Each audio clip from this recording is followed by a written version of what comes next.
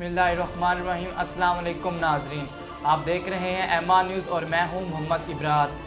कोयटा के सबसे बड़े अस्पताल बुलान मेडिकल कम्प्लेक्स में अफसोसनाक वाक़या पेश आया, जहां 3 साल का बच्चा खुले मेन हॉल में गिर कर जाँ बहक हो गया।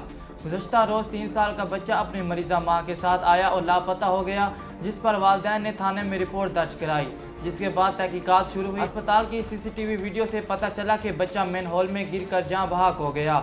कुछ अरसा कबल इसी अस्पताल में आवारा कुत्तों के घुसने की वीडियो भी सामने आई, लेकिन वाक़े की तहकीकाती रिपोर्ट अभी तक सामने नहीं आ सकी।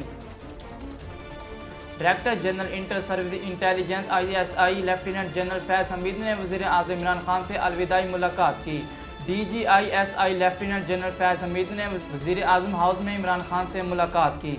अलविदाई मुलाकात में वज़ीर आज़म इमरान खान ने DGISI के खिदमात को सराहा और मुस्तक़बिल के लिए नेक ख्वाहिशात का इजहार किया। इससे कबल DGISI फैज़ हमीद ने वज़ीर ख़ारजा शाह महमूद कुरैशी से भी अलविदाई मुलाकात की थी।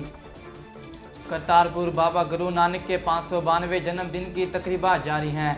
भारतीय वज़ीर आला पंजाब चरणजीत सिंह ने ऐलान किया था कि डिप्टी वज़ीर आला और रियासती काबीना समेत 111 यात्री करतारपुर राहदारी के जरिए पाकिस्तान आएंगे, जिसमें नवजोत सिंह सिद्धू भी शामिल होंगे।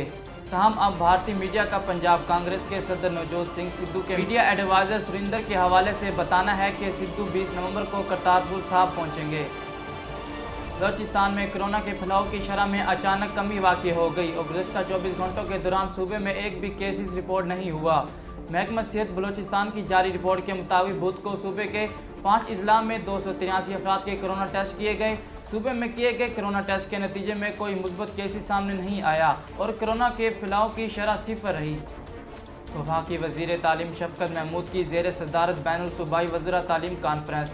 इम्तिहान रवां साल मुकम्मल सिलेबस पर लिया जाएगा। कोरोना की वजह से इलेक्टिव सब्जेक्ट के इम्तिहानात लिए गए थे। रवां तालीमी साल जो सिलेबस पढ़ाया जा रहा है वही मुकम्मल किया जाएगा। इम्तिहानात मई-जून में मुकम्मल सिलेबस के तहत होंगे। नाजरीन, अब तक के लिए इतना ही। मज़ीद खबरों और तफसीलात के लिए देखते रहिए एमान न्यूज़।